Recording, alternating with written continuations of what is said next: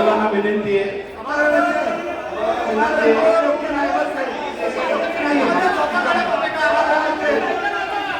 सर्वांना विनंती आहे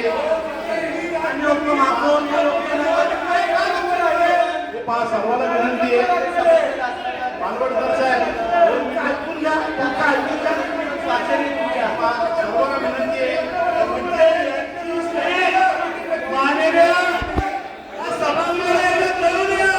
किती अंडरस्टँडिंग कमिटी आहे स्टँडिंग कमिटी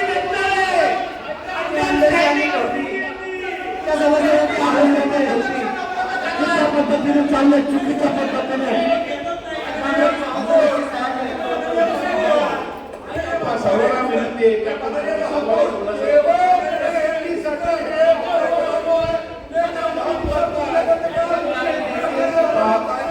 एकदम स्टँडिंग कमिटीमध्ये असणाऱ्या सभासदांनी समाजामध्ये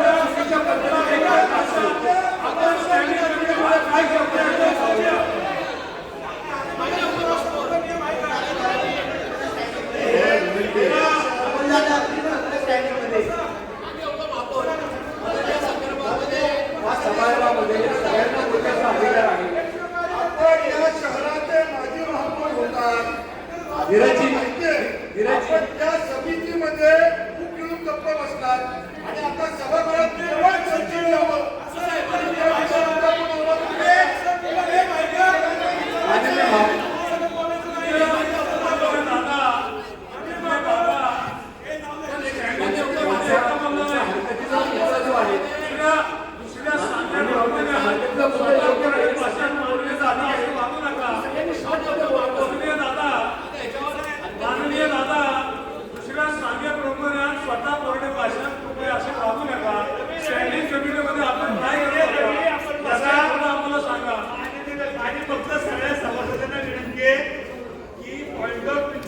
चालू आहे आपल्या भावना प्रशासनाला पण भाषण द्यायला माझ्या होतं महापौर या संदर्भामध्ये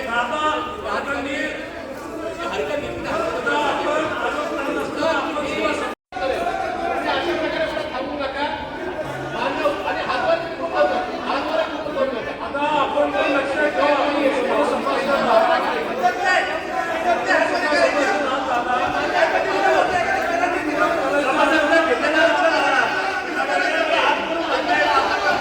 सर्वांनी शांत बसा सर्वांनी शांत बसा सर्व सभासदांना विनंती आहे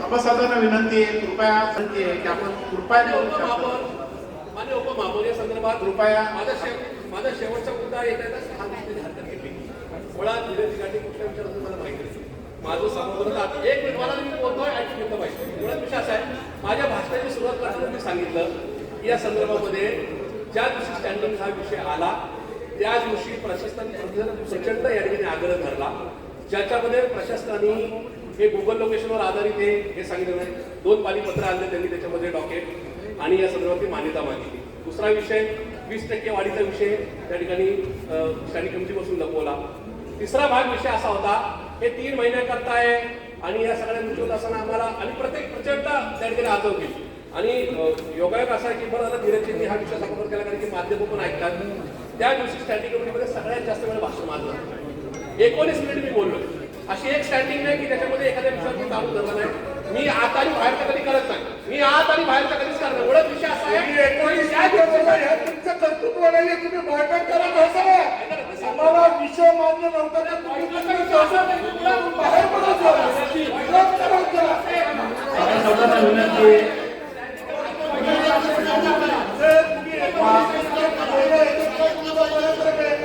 सर्वांना विनंती सर्वांनी शांत राहा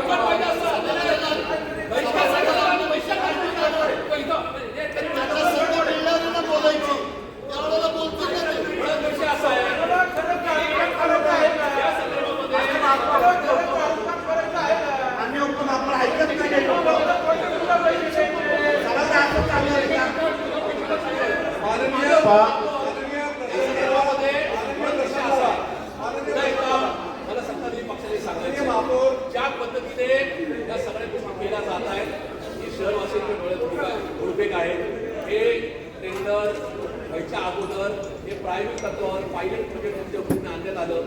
ते 2 पेजवर आणलं. त्या संदर्भात प्रशासनाने स्टार्टपासून एंडपर्यंत कुठल्या प्रकारचे खुलासा न देता आपण किती मागे आहोत, इतर शहरं आपल्या बाबतीत स्वच्छतेच्या बाबतीत कशी पुढे गेले, या ठिकाणी सगळ्या गोष्टी आपल्याला लपून ठेवल्या. आम्ही मान्य चेअरमनला सुद्धा त्यावेळेस सांगितलं की हा विषय तुम्ही कार्यपत्रिकेवर घ्या. तर चेअरमन साहेबांचं म्हणत की प्रशासन मान्य महापालिका आयुक्त हे खूप आग्रही आहेत. कमिशनर साहेब स्वतः माझ्याशी बोलले. मी 19 मिनिटच्या विषयावर चर्चा घडून आणली. त्यास मला त्यांनी सांगितलं की हा विषय फक्त तुम्ही आमचं काम तर पहा. या संदर्भामध्ये आम्ही कुठल्या प्रकारचं वाढीव पैसे देत नाहीये, आम्ही या ठिकाणी कुठल्या प्रकारचे टेंडर परमनंट करत नाहीये.